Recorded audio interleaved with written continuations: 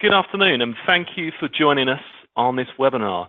And now that the dust has settled after GDPR deadline day, we'd like to introduce you to Shamir, UK Channel Manager at Webroot. He will be discussing what is next on the road for GDPR compliance and how Webroot Security can help you with this. Sham, over to you. Thanks, Andrew. Thanks for the introduction, and thank you everyone for attending today. Just a couple of housekeeping points before I begin. Feel free to ask any questions throughout my presentation. There's a question box just in the GoToWebinar. I believe it's near the bottom. So ask those questions during the presentation. I'll do my best to answer them right at the end. In terms of my presentation, should take about 45 minutes if I include questions. So not the entire hour, but you kind of never know. So we kind of allocated that. So I just wanted to briefly introduce Webroot before I go into the bulk of the presentation. For most part, for those of you that do know Webroot as an antivirus vendor or an endpoint security vendor. There's a couple of reasons why I kind of hate that. It's not entirely true. And secondly, telling my friends and family that I work for an endpoint security vendor just isn't cool and sexy.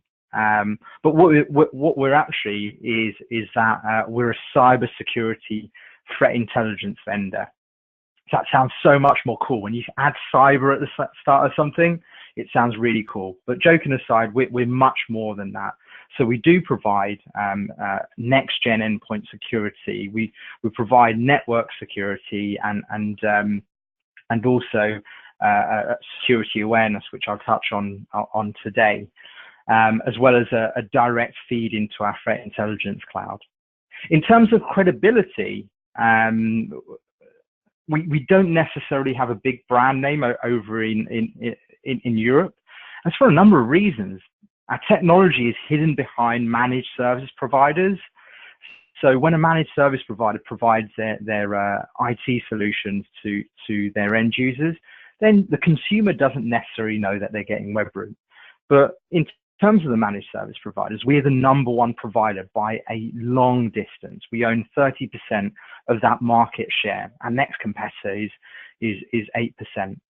And then secondly, we've got a huge #1 consumer base over in North America. So we own about 60%, I believe, over in the States, and that consumer market contributes to our threat intelligence model. So in terms of today's agenda, like Andrew touched on earlier, I want to talk about how GDPR impacts data security. So I'm going to be focusing a lot of my presentation around that. And then moving on to some of the cybersecurity issues that relate to GDPR, some of the best practices that you can do around that, the business case of our security awareness product, and then why you would choose Webroot. So going on to the impacts of GDPR, as everyone would have known last week on the 25th of May, GDPR came into force last week, and it's a major issue for both MSPs and your customers to tackle. The rules are mandatory and also pan-territory. In other words, they affect companies regardless of country if they process EU citizens' data. And the fines are huge, 20 million euros or 4% of your annual global turnover. That's global turnover. If you're an international organization, that could be huge. So it's whichever is both. In terms of compliance, it really requires organization to appoint a data protection officer or someone nominated with it as a sub-role, and safeguards will be audited and there's guidance on best practice. So around compliance, it's ongoing, so training and awareness needs to be too, and I'll touch on that a bit later on. So on to GDPR. I heard a lot of people talk about GDPR as if it's Y2K. I don't know how old my audience is, but back at Y2K, there was a huge fuss around that and the Y2K bug, and the world was going to end and so forth. And really, nothing came of it, or not much really. So really, the stigma of that was that, in terms of GDPR, is that it was focused on a fixed point in time, similar to the Y2K bug. But as I'll talk more and more about this, GDPR is constantly evolving, and organizations will have to put implementations in place to keep up with that. And then there's cyber attacks. Cyber attacks have been in the headlines for a while now, and it will continue to be, because cyber criminals are looking to steal either your data or your money, and really data does equal money anyway. So we saw with Equifax quite possibly the biggest data breach that we've ever seen. And then there was Uber, who concealed a breach affecting 57 million of their users. And there's lots more to come, regardless of the size of your organization. And then there's Brexit. I don't mean to go into something so political as Brexit, but Britain's decision to leave the EU hasn't really taken much effect in terms of GDPR. And the reason is, in September, the UK updated our data protection legislation, which brings GDPR wholesale into the UK. So that just shows the importance of the UK around data, around EU citizen data and personal data. And then there's the right to be forgotten. It's scary how big our individual digital footprint is. I've got a colleague which we've dubbed the stalker. He can find out the smallest amount of information and go online and find all sorts of things, everything from your land registry to your former surname, right through to your family tree and so forth. So this is really reflected by Google, who received 2.4 million takedown requests under the EU's updated right to be forgotten laws. So GDPR will now expand on this, right down to certain data subjects, giving people more control over deletion of their data once it's no longer necessary for the company to have. So the right to be forgotten is going to have a big impact, and organizations will have to keep to timescales and stringent deadlines in terms of keeping up with that. And then Facebook has been in the media over the past few weeks and past couple of months in regards to the alleged data harvestation from Cambridge Analytica. So the ICO have gotten WhatsApp to sign an undertaking in which WhatsApp committed publicly not to share personal data with its parent company, Facebook. So GDPR is already taking a hold on large organizations, and not even Facebook can escape that. So it's not by accident that security awareness training is becoming so prevalent right now. Users, employees are central to all this, because it's around people, process, and technology that makes GDPR successful, essentially, within your organization. So in terms of the statistics, an organization is constantly under threat. And that could be anything from phishing attacks, whaling, social engineering, right through to human error. And then there's a payload element as well, where you've got someone that could be hit by a piece of ransomware. So phishing continues to be successful.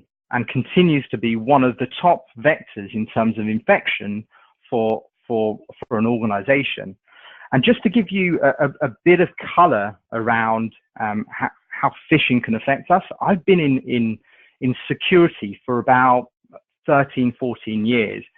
I would think that I personally am relatively safe in terms of my personal information and security and being prone to cyber criminals. But it actually wasn't it was actually not too recent, but about 6 to 8 months ago, I got attacked by a phishing attack. And it's really, really sophisticated because I'm sure everyone's been hit by a phishing attack at some point, from the old stuff from your Nigerian distant cousin giving you a lottery win, or it may be that that you've got a HSBC password reset and so forth. But this phishing attack was really sophisticated in that this cyber criminal did a whole bunch of research on me. So it was, when you get a LinkedIn message, you typically get an email from LinkedIn with some of the body of the message in. And within that body, this cyber criminal found out some personal information. Funnily enough, it was around renovating my house. Now, I didn't publish this stuff on social media or anything. They found out a mutual contact and then provided a link. So that was a fair bit of homework to essentially target me as an individual to get into my organization. So phishing will continue to be successful because the human is the weakest link. So at Webroot, phishing is still prolific. In the first half of 2017, Webroot saw an average of 1.39 million new zero-day phishing sites created per month. That's an average of 46,000 new phishing sites created per day. That's a huge amount. Now, cyber criminals would stop a certain activity if it wasn't successful. And the fact that we're seeing this growing and continually grow means that cyber criminals find this successful. Just to add some more color, according to the FBI public service announcements from, I think it was the 4th of May last year, phishing scams have cost American business nearly $500 million. That's over a 3-year period between, I think it's October 2013 and December 2016. I'm not entirely sure of the exact dates, but it's over that 3-year period. And that figure is going to continue to rise because it's so successful. So given the background, how can we minimize those threats? What's GDPR and security awareness going to do to minimize it? So as I mentioned earlier, pivotal around this is people, process, and technology. And within that is layered security. So from a Webroot perspective, we protect the endpoint with our next-gen endpoint. And then we've got the network layer with our web security DNS protection. And then arguably the weakest link amongst that is the very top, the human. You could spend a trillion billion dollars on security, but the weakest link to entry is the human, and we kind of refer that to as the human firewall. As long as you can educate that human and make them more aware, then you'll be able to protect them. And I guess I was speaking to a customer the other day, and they referred it in a different way, so I won't trademark it, but they referred it as patching stupid. You and I, we're probably more aware around security and type of threat, but average Joe isn't exposed to our industry, isn't exposed to the amount of information that we take in. So average Joe doesn't necessarily know. So you need to make sure that average Joe is educated around that too. So the focus needs to be on the users and stop those errors from happening, because that's a big problem. So it's now an IT security necessity rather than nicety. The great thing is that user education through security awareness training is well proven. Large enterprises, particularly in sectors traditionally highly targeted by cyber criminals in the past, have invested in security on many layers through many years. But now we're seeing that filter down into all sizes of organizations, everything from SMB all the way up to enterprise. So it's a universal best practice now. So there's a really strong case to educate those employees, those end users.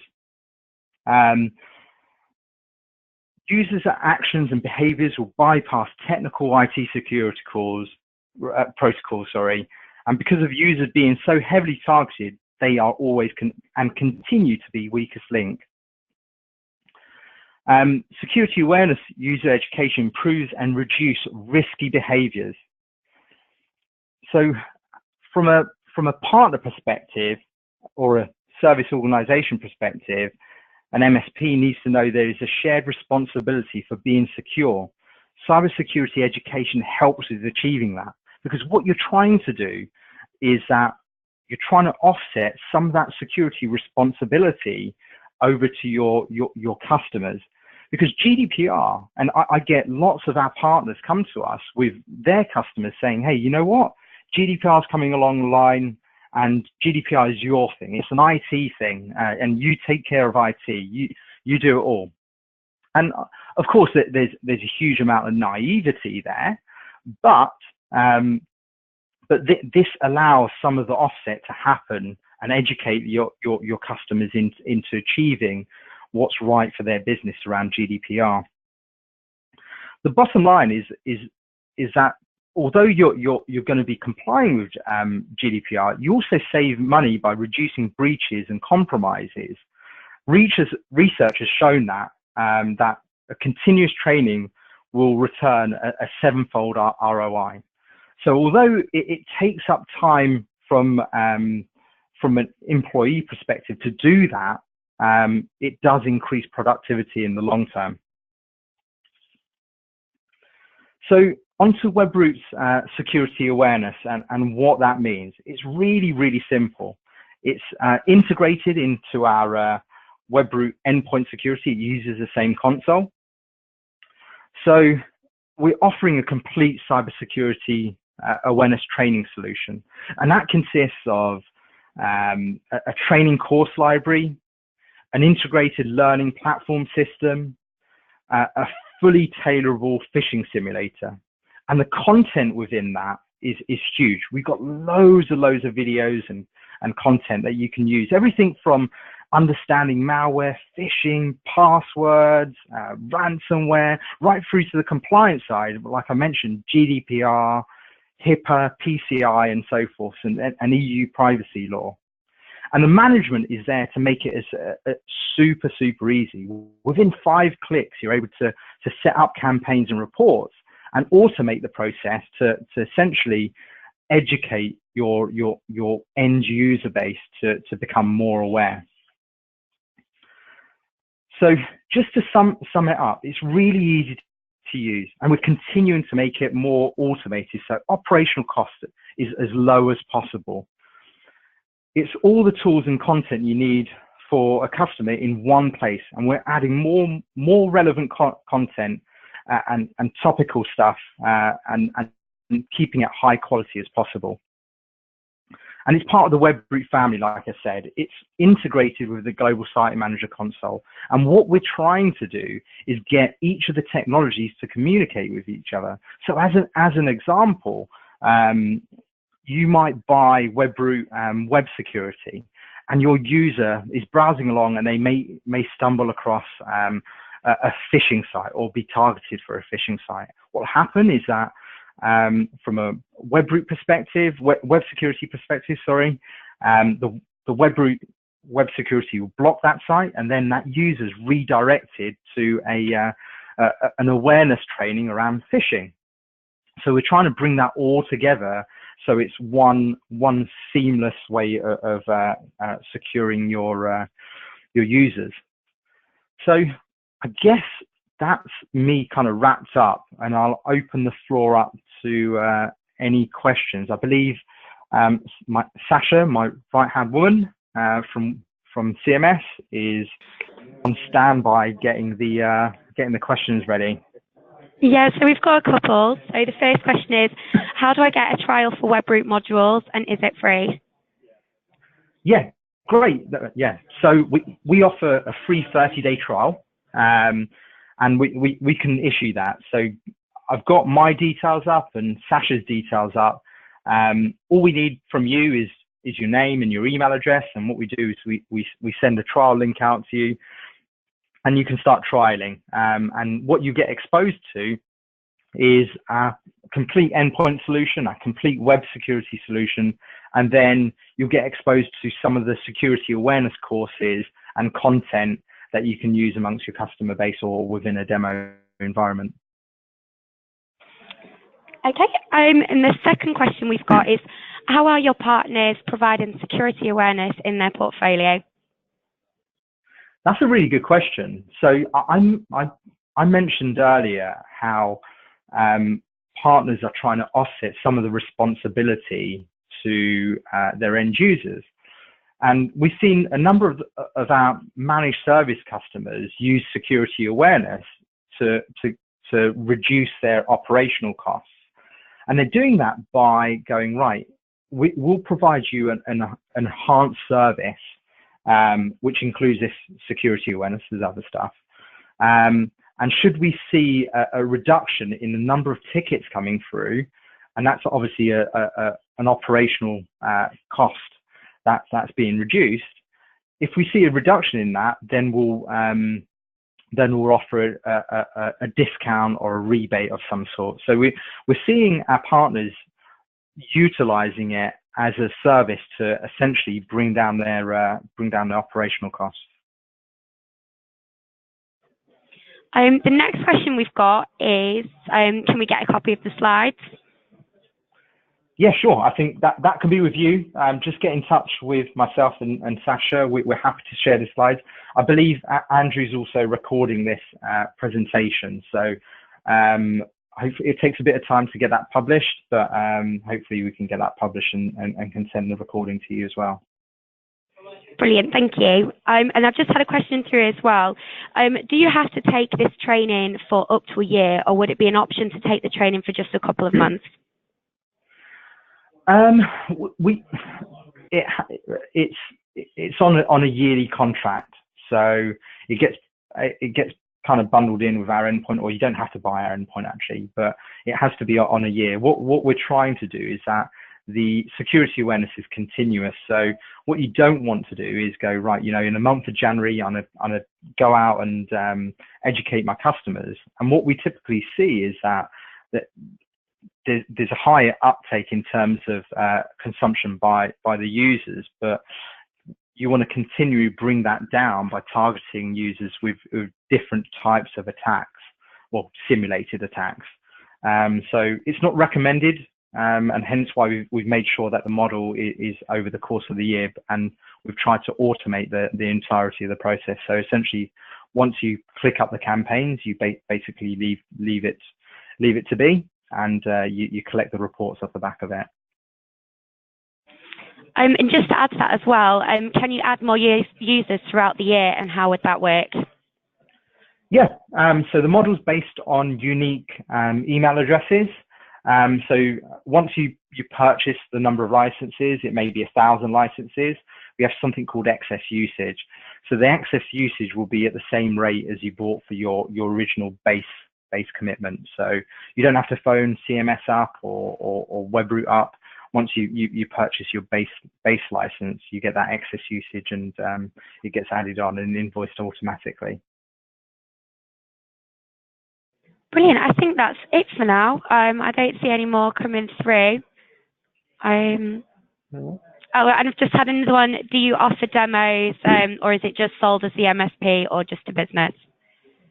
Sorry, it broke up there. I didn't hear you there, Sasha. Sorry, it says, do they offer demos? Is this just sold to MSPs or just sold to business? No, both actually. So we can absolutely offer demos. We can offer a one-to-one demo, or you can get onto a online technical demo. Just ask me and Sasha to arrange one or the other. In terms of how the model is, yes, we focus hugely amount on the managed service side, but it can be offered as a resale, so you can resell it as a package to your end users as well.